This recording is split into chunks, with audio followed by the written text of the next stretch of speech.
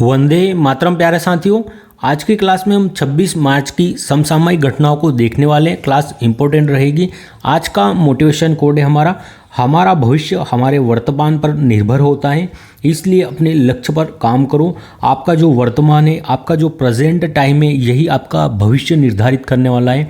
तो वर्तमान समय का इतना अच्छा प्रयोग करो कि आने वाला भविष्य सुनहरा हो, अच्छा हो। आपकी जो मंजिल है, आपकी जो ख्वाहिश है, उनको आप पूरा कर सको, उसके लिए वर्तमान के समय का बेहतरीन उपयोग करिए और आज निरंतरता के साथ मेहनत करते रहिए। आप सफल होंगे और आपका जो लक्ष्य निश्चित किया है आपने, वो भी आपको प्राप्त होगा और जल्द प्राप्त होगा। आप जितना समय देंगे अपने लक्ष्य के लिए, आपकी मंजिल के उतने पास पहुंचेंगे, उतने जल्दी आप अपनी मंजिल को हासिल कर लेंगे।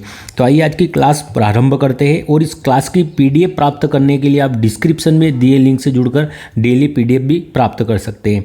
पहला प्रश्न है हमारा, भारतीय नौसेना पहली बार अफ्रीकी राष्ट्रों के साथ बहुराष्ट्रीय संयुक्त अभ्यास एकीमी अभ्यास कहाँ प्रारंभ करेगी? तो एक्स एकीमी युद्ध अभ्यास कहाँ प्रारंभ होगा? तो ये पहली बार अफ्रीकी राष्ट्रों के साथ बहु संयुक्त अभ्यास है और यह तंजानिया में इसका आयोजन होने वाला है और भारतीय नौसेना इसमें भाग लेगी। एकीमी युद्ध अभ्यास, इसका मेजबान कौन रहने वाला है? तंजानिया इसका मेजबान रहने वाला है और तंजानिया के दार उर सलाम, जो दार और सलाम स्थान है, यहाँ पर इसका आयोजन होगा तंजानिया में एकीमी युद्ध अभ्यास का। भारत भी इसमें शामिल होने वाला है और हिंद महासागर में इसका आयोजन होगा। तंजानिया के पास जो हिंद महासागरीय क्षेत्र है, यहाँ पर इसका आयोजन होने वाला है एकीमी युद्ध अभ्यास का। अगर एकीमी का फुल फॉर्म देखेंगे तो अफ्रीका इंडिया की 4 मेरीटाइम एक्सरसाइज, अफ्रीका इंडिया की 4 मेरीटाइम एक्सरसाइज इसका फुल फॉर्म है और 13 अप्रैल से प्रारंभ होगा यह एकीमी युद्ध अभ्यास और भारत भी इसमें भाग लेने वाला है। हिंद महासागर में इसका आयोजन होगा। तर्कश युद्ध अभ्यास किसके साथ होता है भारत का? तर्कश युद्ध अभ्यास कोप इंडिया युद्ध अभ्यास, तर्कश युद्ध अभ्यास कोप इंडिया युद्ध अभ्यास, ये किसके साथ होता है? तो ये इंडिया और यूएसए के मध्य होते हैं तर्कश और कोप इंडिया युद्ध अभ्यास। अजय वॉरियर युद्ध अभ्यास किसके मध्य होता है? अजय वॉरियर युद्ध अभ्यास किसके मध्य होता है भारत का? तो इंडिया और यूनाइटेड किंगडम के मध्य जो है अजय वॉरियर युद्ध अभ्यास होता है। दोस्ती युद्ध अभ्यास किसके मध्य होता है? दोस्ती, इसमें 3 देश शामिल हैं, इंडिया, श्रीलंका और मालदीव, इन तीनों के मध्य होता है दोस्ती युद्ध अभ्यास। बोंगो सागर और समप्रीति, बोंगो सागर और समप्रीति, ये युद्ध अभ्यास किसके मध्य होता है? तो यह इंडिया और बांग्लादेश के मध्य होते हैं बोंगो सागर और जो समप्रीति युद्ध अभ्यास है, ये आपको ध्यान में रखना है। जो सूरज किरण, यह युद्ध अभ्यास की सूर्य किरण युद्ध अभ्यास किसके मध्य होता है? सूर्य किरण युद्ध अभ्यास तो इंडिया और नेपाल के मध्य होता है। किससे? इंडिया और नेपाल के मध्य होता है सूर्य किरण युद्ध अभ्यास, ये भी आपको ध्यान में रखना है।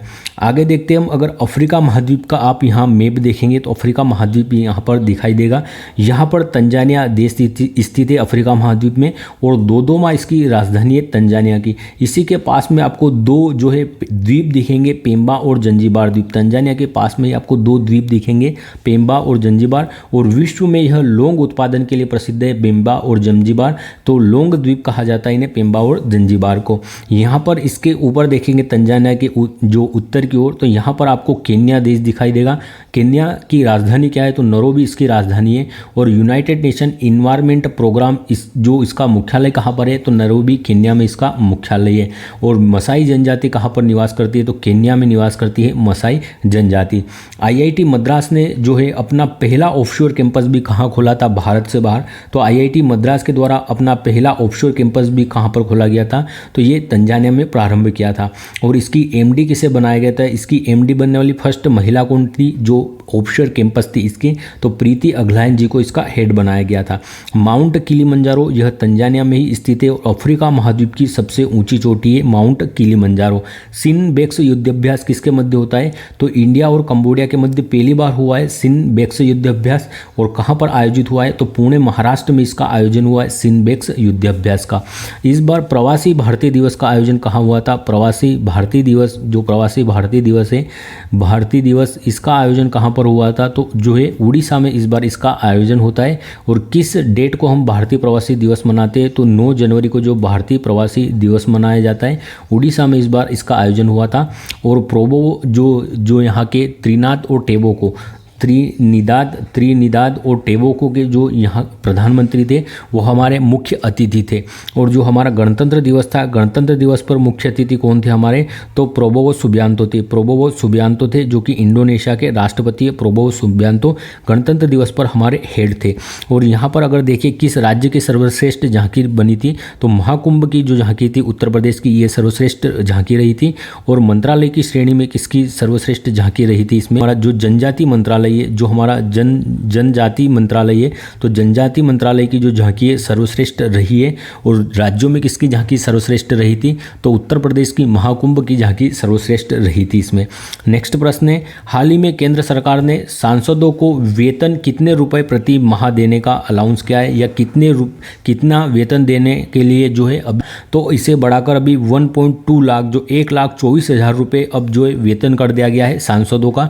जो कोविड के समय था उस समय जो मेंबर ऑफ पार्लियामेंट है इनका वेतन कम किया गया था, तो इसे वापस बढ़ाकर जो 1,24,000 रुपये मेंबर ऑफ पार्लियामेंट जो लोकसभा या राज्यसभा के सदस्य होते हैं इनका वेतन कर दिया गया है। सांसद मेंबर ऑफ पार्लियामेंट इनका वेतन 1,24,000 रुपये प्रति माह कर दिया गया है। इसमें 24% की बढ़ोतरी की गई है सांसदों के वेतन में। और पेंशन कितनी कर दी गई है, तो पूर्व सांसदों के लिए 31,000 रुपये प्रति माह पेंशन कर दी गई है।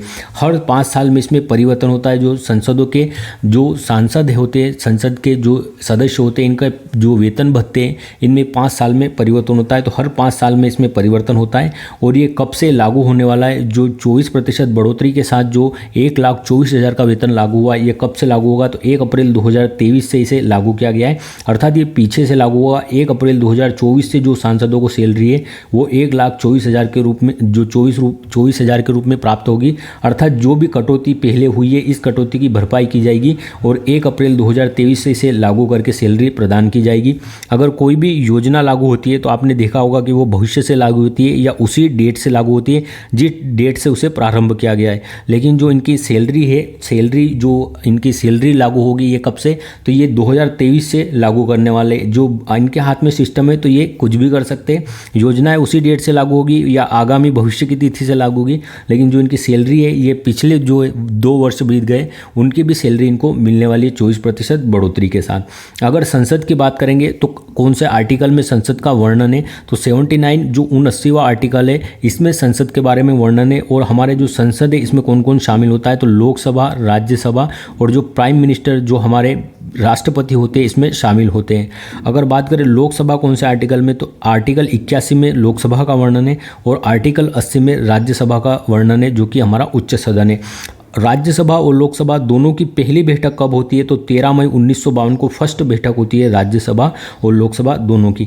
आपको पता होगा कि लोकसभा में पहले 2 एंग्लो इंडियन को मनोनीत करने का जो प्रावधान था, राष्ट्रपति इनकी नियुक्ति करता था, जो कि समाप्त कर दिया गया है। अब एंग्लो इंडियन की नियुक्ति करना जो है लोकसभा में। और ये किस अमेंडमेंट से हुआ था, तो जो 104वां कॉन्स्टिट्यूशन अमेंडमेंट था इसके द्वारा जो है 2 एंग्लो इंडियन की नियुक्ति को समाप्त कर दिया गया था। लोकसभा में जो लोकसभा के सदस्य होते हैं मेंबर ऑफ पार्लियामेंट, इनके लिए न्यूनतम आयु कितनी आवश्यक है, 25 वर्ष। और राज्यसभा के सदस्य बनने के लिए न्यूनतम आयु है 30 वर्ष। अगर बात करें जो मेंबर ऑफ पार्लियामेंट है इनका विशेष अधिकार है, जो इनके मेंबर ऑफ पार्लियामेंट जो संसद के सदस्य इनके जो विशेष अधिकार है इनका उल्लेख कहाँ पर हुआ है, तो आर्टिकल 105 में इसका उल्लेख है। और जो एमएलए है, जो विधानसभा के सदस्य, इनका विशेष अधिकार किस आर्टिकल में, तो आर्टिकल 193 में जो एमएलए होते हैं मेंबर ऑफ लेजिस्लेटिव असेंबली, इनका उल्लेख कहाँ पर है विशेष अधिकार का, तो आर्टिकल 193 में है। अगर बात करें राष्ट्रपति, उपराष्ट्रपति और गवर्नर, इनके लिए न्यूनतम आयु कितनी है, 35 वर्ष है। सीएम और पीएम, प्रधानमंत्री और चीफ मिनिस्टर के लिए 25 वर्ष न्यूनतम आयु। लोकल गवर्नेंस के लिए कितनी, जो हमारे पंचायती राज है इसके लिए न्यूनतम आयु 21 वर्ष है। एमएलए के लिए 25 वर्ष है और एमएलसी जो विधान परिषद है उनके लिए न्यूनतम आयु कितनी, 30 वर्ष आवश्यक होती है, ध्यान में रखना है। नेक्स्ट प्रश्न देखते हैं, हाल ही में किसे नया वित्त सचिव नियुक्त किया गया है, तो नया वित्त सचिव कौन नियुक्त हुए, हमारे अजय सेठ जी नए वित्त सचिव नियुक्त हुए। वित्त सचिव यह जो आईएएस अधिकारी है, आईएएस अधिकारी अजय सेठ जी वित्त सचिव नियुक्त हुए। और तुहिन कांता पांडे जी जो पांडे जी थे इनका स्थान इन्होंने लिया है। अब जो तुहिन कांता पांडे जी है ये किसके हेड बन गए, तो सेबी है जो शेयर मार्केट को कंट्रोल करती है, तो जो सेबी है इसके नए अध्यक्ष कौन बन गए, तुहिन कांता पांडे जी बन गए। सेबी की बात करें तो 1988 में इसकी स्थापना होती है, लेकिन लेकिन इसके लिए एक्ट कब आता है, तो जो हर्षद मेहता का जो केस हुआ था उसके बाद 1992 में से एक वैधानिक संस्था बनाया गया, इसके लिए अधिनियम आता है 1992 में। मुंबई में इसका मुख्यालय है। और शेयर मार्केट को रेगुलेट करने का कार्य कौन करता है, सेबी शेयर मार्केट को रेगुलेट करने का कार्य करता है। अगर जो 1 रुपये का नोट होता है, 1 रुपये के नोट पर किसके साइन होते हैं, तो जो हमारे वित्त सचिव होते हैं इनके साइन होते हैं। बाकी जो आरबीआई के गवर्नर होते हैं हमारे, उनके हस्ताक्षर होते हैं अन्य नोटों पर। लेकिन 1 रुपये का नोट होता है उस पर किसके सिग्नेचर होते हैं, तो वित्त सचिव के। टीवी सोमनाथन ये अभी हाल ही में किस पद पर नियुक्त हुए, तो जो कैबिनेट सचिव है, जो कि आईएएस अधिकारियों का, जो आईएएस है उनका सर्वोच्च पद है भारत में, तो जो टीवी सोमनाथन है वर्तमान में कैबिनेट सचिव है। गोपाल विट्ठल जी अभी हाल ही में जीएसएमए के सेकेंड भारतीय अध्यक्ष बने। गोपाल विट्ठल जी जो जीएसएमए संस्था है इसके सेकेंड भारतीय अध्यक्ष बने। जीएसएमए इसका फुल फॉर्म देखेंगे तो global system for mobile communication and association, global system for mobile communication and association, इसके सेकेंड अध्यक्ष बने गोपाल विट्ठल जी, और ये सेकेंड अध्यक्ष बनने वाला है भारत से। नेक्स्ट प्रश्न देखते हैं। अगला प्रश्न है, हाल ही में केंद्र सरकार ने एमएसएमई क्षेत्र के सूक्ष्म उद्यमों के लिए कारोबार की कितनी नई सीमा निर्धारित कर दी है, तो जो एमएसएमई सेक्टर है हमारा, माइक्रो, स्मॉल और मीडियम, इनकी परिभाषा में भी बदलाव किया गया है। जब बजट आया था तो इसमें परिवर्तन किया गया था एमएसएमई की जो परिभाषा है इसमें। तो जो सूक्ष्म उद्यम है इनके लिए जो कितनी नई सीमा अधिसूचित की गई है कारोबार की, तो 10 करोड़ रुपए की जो सीमा अधिसूचित की गई है। एमएसएमई अर्थात माइक्रो स्मॉल मीडियम इंटरप्रेन्योर, सूक्ष्म लघु मध्यम उद्योग, 1 अप्रैल 2025 से नई परिभाषा लागू होने वाली है माइक्रो स्मॉल और मीडियम उद्योगों के लिए। अगर बात करें माइक्रो स्मॉल और मीडियम, माइक्रो के लिए जो निवेश की मात्रा कितनी होने वाली है, तो 2.5 करोड़ जो है निवेश की मात्रा होने वाली है सूक्ष्म के लिए। लघु के लिए 25 करोड़ जो है निवेश की मात्रा होगी, और मीडियम जो मध्यम उद्योग है हमारे, इसके लिए 125 करोड़ रुपए का निवेश, जो जिसने 125 करोड़ रुपए तक का निवेश किया है अपने उद्यम में, वो मध्यम जो मीडियम है उस उद्योग के अंतर्गत आएगा। और इसमें टर्नओवर कितना है, तो जो माइक्रो है इनका 10 करोड़ जो है टर्नओवर होना चाहिए। स्मॉल जो लघु उद्योग के अंतर्गत आएगा इसका टर्नओवर 100 करोड़, और जो मीडियम मध्यम उद्योग के अंतर्गत आएगा इनका टर्नओवर 500 करोड़ रुपए का होना चाहिए। तो निवेश की आपको याद रखना है 25, जो आपको याद रखना है 2.5, तो 2.5, 25 करोड़ और 125 करोड़, 10 करोड़, 100 करोड़ और 500 करोड़, ऐसे आपको ध्यान रखना है। माइक्रो, स्मॉल और मीडियम की जो अभी नई परिभाषा दी गई है इनके निवेश की और टर्नओवर की, ये आपको ध्यान में रखना इंपॉर्टेंट है। यहाँ से आपको निश्चित में क्वेश्चन देखने को मिल सकता है एग्जाम में। नेक्स्ट प्रश्न देखते हैं, हाल ही में चर्चा में रही भारत की पहली कोकरेल नाइट सफारी का संबंध किससे है, तो कोकरेल नाइट सफारी का संबंध किससे है, लखनऊ से। उत्तर प्रदेश के लखनऊ में कोकरेल नाइट सफारी प्रारंभ हुई है। कोकरेल नाइट सफारी लखनऊ उत्तर प्रदेश में स्थित है यह, और देश की पहली नाइट सफारी होने वाली है। देश की पहली नाइट सफारी होने वाली है कोकरेल नाइट सफारी, और विश्व की 5वीं नाइट सफारी होगी यह। और इसका जो कार्य है वह प्रारंभ हो चुका है, इसने कार्य करना प्रारंभ कर दिया, इसके लिए जो है काम स्टार्ट हो चुका है। और किसके तर्ज पर होगी कोकरेल नाइट सफारी, तो ये जो सिंगापुर की नाइट सफारी है इस मॉडल पर आधारित होगी हमारी कोकरेल नाइट सफारी। लखनऊ, अगर बात करें टीम आईपीएल की, तो लखनऊ टीम के कप्तान कौन है वर्तमान में, ऋषभ पंत जी है। और इस आईपीएल सीजन के सबसे महंगे खिलाड़ी भी कौन गए, ऋषभ पंत जी गए हैं। और जो इनका कितना 27 करोड़ रुपए जो है इनकी बोली थी ऋषभ पंत जी की। अभी लखनऊ में स्थित इकाना स्टेडियम का नाम चेंज करके क्या कर दिया गया है, तो अटल बिहारी वाजपेयी स्टेडियम कर दिया गया है, इकाना स्टेडियम का नया नाम। नेक्स्ट प्रश्न है, हाल ही में 1.3 फीट लंबाई वाली गिनीज वर्ल्ड रिकॉर्ड धारक दुनिया की सबसे छोटी बकरी करूम्बी का संबंध किससे है, तो ये इसका गिनीचो वर्ल्ड रिकॉर्ड में नाम दर्ज हुआ है। और इसकी 1.3 फीट इसकी जो है ऊंचाई है, और ये सबसे छोटी बकरी है, और इसका नाम करूम्बी है। तो ये इसका संबंध कहाँ से, केरल से इसका संबंध है। करूम्बी विश्व की सबसे छोटी बकरी है यह, और वर्ल्ड रिकॉर्ड अभी इसने बनाया है। और ये काली मादा बकरी, अर्थात ये मादा बकरी और काली बकरी है जिसका नाम करूम्बी है, और विश्व की सबसे छोटी कद वाली बकरी बनी है यह। और जो है वर्ल्ड रिकॉर्ड में इसका नाम दर्ज हुआ है। 1.3 फीट इसकी हाइट है, और इसे पिग्मी बकरी भी कहा जाता है। और पिग्मी क्या है, तो पिग्मी एक जनजाति है। सबसे छोटे कद वाली जनजाति कौन सी है, तो यह पिग्मी है। अफ्रीका के कांगो बेसिन क्षेत्र में यह निवास करती है, इसलिए इनके नाम पर ही इसे पिग्मी बकरी भी कहा जाता है, करूम्बी को।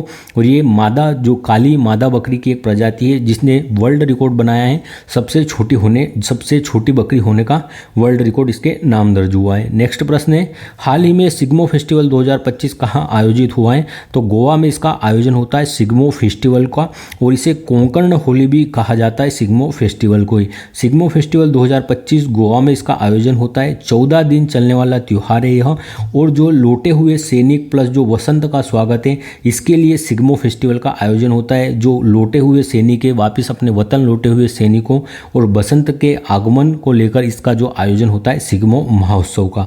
अगर आप देखेंगे जो कोंकण होली है, कोंकण तट कहा जाता है, जो गोवा वाला क्षेत्र है, गोवा और महाराष्ट्र वाला क्षेत्र है, इससे यहाँ पर कौन सा तट स्थित है, कोंकण तट है। जो गुजरात वाला क्षेत्र है इसे काठियावाड़ तट कहा जाता है। जो कर्नाटक क्षेत्र में स्थित है इसे कन्नड़ तट कहते हैं। और केरल वाला तट कौन सा है, मालाबार तट है। और तमिलनाडु वाले तट को किस नाम से जानते हैं, तो कोरोमंडल के तट के नाम से इसे जाना जाता है। तो इन तटों के नाम भी आपको ध्यान में रखना है। और लौटते हुए सैनिक और बसंत के स्वागत के लिए सिग्मो फेस्टिवल आयोजित होता है गोवा में। नेक्स्ट प्रश्न है, हाल ही में कबड्डी विश्व कप 2025 का पुरुष और महिला दोनों खिताबों पर किसने कब्जा किया है, तो महिला और पुरुष, मेल और फीमेल दोनों वर्ग में भारत ने कब्जा किया है। भारत विजेता रहा है कबड्डी विश्व कप 2025 का। कबड्डी विश्व कप 2025 एशिया में जो है, एशिया से बाहर पहली बार इन गेमों का आयोजन हुआ है। एशिया से बाहर पहली बार कबड्डी विश्व कप का आयोजन होता है, और इस बार इंग्लैंड इसका होस्ट था। यहाँ पर मेल और फीमेल दोनों कैटेगरी में विजेता कौन बनता है, तो मेल और फीमेल दोनों कैटेगरी में भारत विजेता बनता है। और उप विजेता कौन रहता है, तो इंग्लैंड दोनों में उप विजेता रहता है। घर में घुस के हराया है इनको, तो विजेता भारत रहा है और उप विजेता इंग्लैंड रहा है। होस्ट भी इंग्लैंड ही था। कबड्डी में कितने खिलाड़ी होते हैं, तो 7 खिलाड़ी होते हैं कबड्डी में। अगर बात करें खो खो वर्ल्ड कप 2025 से, खो खो वर्ल्ड कप 2025 का विजेता कौन रहा है, तो भारत इसका विजेता रहा था। और खो खो वर्ल्ड कप के शुभंकर क्या थे, तो तारा और तेजस इसके शुभंकर थे। T20 वर्ल्ड कप मेल की अगर बात करें तो भारत इसका विजेता रहा है। दक्षिण अफ्रीका की टीम उप विजेता रही थी। और इसका होस्ट कौन था, तो USA और वेस्ट इंडीज इसके होस्ट थे। और जो वुमेन का हुआ है T20 वर्ल्ड कप वुमेन के लिए, इसका आयोजन कहाँ पर हुआ था, तो UAE में इसका आयोजन होता है। इसकी विजेता कौन रहती है, तो न्यूजीलैंड की टीम इसकी विजेता रहती है। और उप विजेता कौन रहता है, तो जो दक्षिण अफ्रीका की टीम है महिला की, यही इसकी उप विजेता रहती है। और विजेता कौन, न्यूजीलैंड की टीम रहती। चैंपियंस ट्रॉफी का विजेता कौन रहा है, तो भारत इस बार चैंपियन ट्रॉफी का विजेता रहा है। और उप विजेता कौन रहा है, न्यूजीलैंड रहा है। वुमेन प्रीमियर लीग का विजेता इस बार कौन रहा है, तो मुंबई की टीम इस बार वुमेन प्रीमियर लीग का जो तीसरा संस्करण था इसकी विजेता रही है। और दिल्ली कैपिटल्स इसकी उप विजेता रही थी। शतरंज की विजेता अभी कौन बने थे, जो कि सबसे कम उम्र के खिलाड़ी बने फीडे शतरंज चैंपियनशिप को जीतने वाले, तो यह डी गुगेश जी है। शतरंज ओलंपियाड का आयोजन इस बार कहाँ हुआ था, हंगरी में हुआ था। हंगरी बुडापेस्ट में, हंगरी की जो राजधानी बुडापेस्ट, हंगरी में इस बार आयोजन होता है शतरंज ओलंपियाड का। और भारत इसका विजेता रहता है, मेल और फीमेल दोनों कैटेगरी में। नेक्स्ट प्रश्न देखते हैं, हाल ही में टाटा मोटर्स ने किसे ब्रांड एम्बेसडर चुना है, तो टाटा मोटर्स के द्वारा अपना ब्रांड एम्बेसडर अभी विक्की कौशल जी को चुना है। टाटा मोटर्स इन्होंने अपना ब्रांड एम्बेसडर अभी विक्की कौशल जी को नियुक्त किया है। और टेक द कर्व अभियान, अभी जो IPL में आप देख रहे होंगे टेक द कर्व अभियान, जो टेक द कर्व अभियान, इसके तहत जो ब्रांड एम्बेसडर कौन बने, टाटा मोटर्स के विक्की कौशल जी बने। और इसका उद्देश्य क्या है, तो मेक इन इंडिया को बढ़ावा देना इसका उद्देश्य। ब्रांड एम्बेसडर विक्की कौशल जी को बनाया गया है। और टेक द कर्व अभियान का उद्देश्य क्या है, तो मेक इन इंडिया को, जो प्रोडक्ट है मेक इन इंडिया, इनको बढ़ावा देना। नेक्स्ट प्रश्न है अंतिम हमारा, हाल ही में धार्मिक पर्यटन को बढ़ावा देने के लिए गंगा और शारदा नदी गलियारा बनाने की घोषणा किसने की है, तो उत्तराखंड सरकार ने जो धार्मिक पर्यटन को बढ़ावा देने के लिए गंगा शारदा गलियारा की घोषणा की है। उत्तराखंड सरकार के द्वारा गंगा और शारदा नदी गलियारे की घोषणा की गई है धार्मिक पर्यटन को बढ़ावा देने के लिए। और यहाँ के CM कौन है, तो पुष्कर सिंह धामी जी यहाँ के CM है। अगर गंगा नदी की सहायक नदियाँ देखेंगे तो गंगा नदी में ऊपर की ओर से जो आकर मिलने वाली नदियाँ हैं, ये कौन कौन सी नदियाँ हैं, रामगंगा, गोमती, इनका क्रम आपको याद रखना है। कि जो पश्चिम से पूर्व की ओर इनका क्रम क्या है या पूर्व से पश्चिम की ओर इनका क्रम आपको ध्यान में रखना है। तो रामगंगा, गोमती, घाघरा, गंडक, कोसी और महानंदा, ये जो इनका क्रम सही है पश्चिम से पूर्व की ओर। और दक्षिण से आकर मिलती है यमुना नदी, जो कि प्रयाग में गंगा नदी में मिलती है। और यमुना नदी जो है सबसे बड़ी सहायक नदी है, गंगा की सबसे बड़ी सहायक नदी है यमुना नदी। और यमुना की सबसे बड़ी सहायक नदी कौन सी है? तो जो चंबल नदी है मध्य प्रदेश से निकल कर आती है, चंबल यमुना की सबसे बड़ी सहायक नदी है। और इटावा उत्तर प्रदेश में यह यमुना नदी में शामिल होती है चंबल नदी। अगर देखें सोन नदी, यह अमरकंटक की पहाड़ी से निकल कर आती है मध्य प्रदेश से। और जो सोन नदी है यह बिहार में पूर्णिया के पास जो है सीधे किसमें, गंगा नदी में मिलती है। और मगध किसके किनारे स्थित था? सोन नदी के किनारे। इसकी जो गंगा नदी की ही एक वितरिका इससे अलग हो जाती है पश्चिम बंगाल में, कोलकाता में। तो हुगली नदी, जो हुगली नदी वितरिका है, इसकी एक धारा अलग होती है गंगा की। और किस शहर, कौन सा शहर हुगली नदी के किनारे स्थित है? तो कलकत्ता शहर हुगली नदी के किनारे स्थित है। अगर आप शारदा नदी या काली नदी को देखेंगे तो इसे शारदा या काली नदी के नाम से जानते हैं।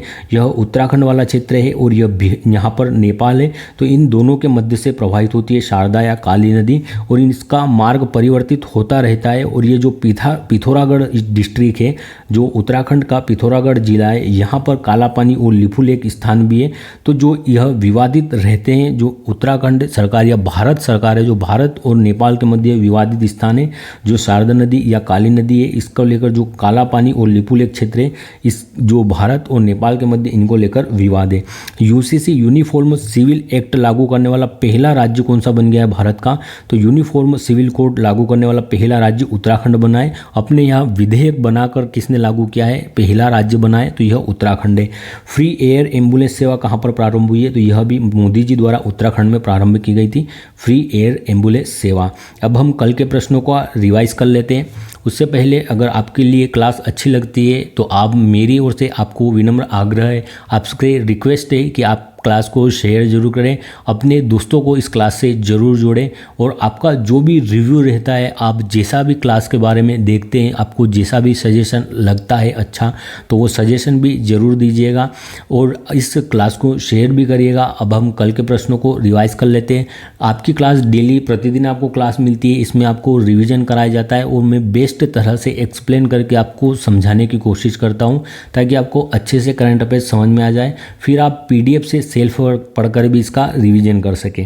पहला प्रश्न है हमारा, हाल ही में विश्व जल दिवस 2025 कब मनाया गया है? तो विश्व जल दिवस 22 मार्च को मनाया गया है। अपने राज्य के लिए पहली बार हिंदी लेखक विनोद कुमार शुक्ल को ज्ञानपीठ पुरस्कार के लिए चुना गया है। इनका संबंध किस राज्य से है? तो किसे मिला है इस बार का ज्ञानपीठ पुरस्कार? विनोद कुमार शुक्ल जी को मिला है और इनका संबंध छत्तीसगढ़ से है। जापान, चीन और दक्षिण कोरिया के बीच त्रिपक्षीय सहयोग पर बैठक कहाँ हुई है? तो टोक्यो की, जो जापान की राजधानी है टोक्यो, यहाँ पर हुई है। केंद्रीय जल शक्ति मंत्री CR पाटिल ने राष्ट्रव्यापी कैच द रेन 2025 अभियान की शुरुआत कहाँ से की है? तो कहाँ से की गई है? हरियाणा पंचकुला से इसकी शुरुआत हुई है। वर्ष 2025 में IPL के 18वें सीजन का आगाज कहाँ से हुआ है? तो कोलकाता से इसका आगाज हुआ है। वरिष्ठ नागरिक आयोग स्थापित करने वाला पहला भारतीय राज्य कौन सा बन गया है?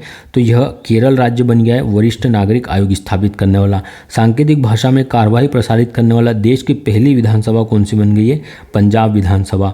भगत सिंह, राजगुरु और सुखदेव को श्रद्धांजलि देने के लिए शहीद दिवस कब मनाया गया है? 23 मार्च को। NIIT विश्वविद्यालय के चांसलर पद पर किसे नियुक्त किया गया है? अमिताभ कांत जी को। राष्ट्रीय कर्मयोगी जन सेवा कार्यक्रम के पहले बैच का उद्घाटन किसने किया है? तो यह आयुष मंत्रालय के द्वारा किया गया है।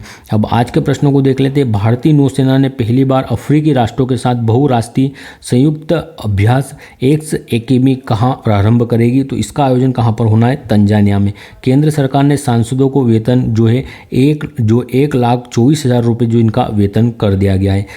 किसे नया वित्त सचिव नियुक्त किया गया है? IAS अधिकारी अजय सेठ जी।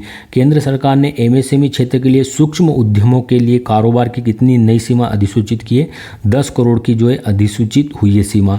हाल ही में चर्चा में रही भारत की पहली कुकरेल नाइट सफारी का संबंध किससे है? तो लखनऊ में यह प्रारंभ होगी। 1.3 फीट लंबाई वाली गिनीज वर्ल्ड रिकॉर्ड धारक दुनिया की सबसे छोटी बकरी करुम्बी का संबंध किससे है? केरल से संबंधित है। सिग्मो फेस्टिवल का आयोजन कहाँ पर प्रारंभ हुआ है? गोवा में। कबड्डी विश्व कप 2025 का पुरुष और महिला दोनों वर्ग में विजेता कौन रहा है? भारत रहा है, इंग्लैंड को हराकर। टाटा मोटर्स ने अपना ब्रांड एम्बेसडर विक्की कौशल जी को बनाया है। धार्मिक पर्यटन को बढ़ावा देने के लिए गंगा शारदा नदी गलियारे की घोषणा किसने की है? उत्तराखंड सरकार के द्वारा। धन्यवाद। जय हिंद। क्लास शेयर जरूर करिएगा।